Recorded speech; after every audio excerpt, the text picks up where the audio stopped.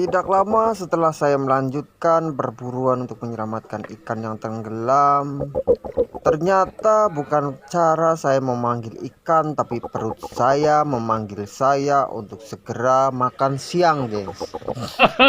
Dikarenakan matahari sudah tepat di atas saya dan perut sudah keroncongan, saya ambil keputusan untuk mengakhiri perburuan menyelamatkan ikan-ikan yang tenggelam di hari ini, gengs.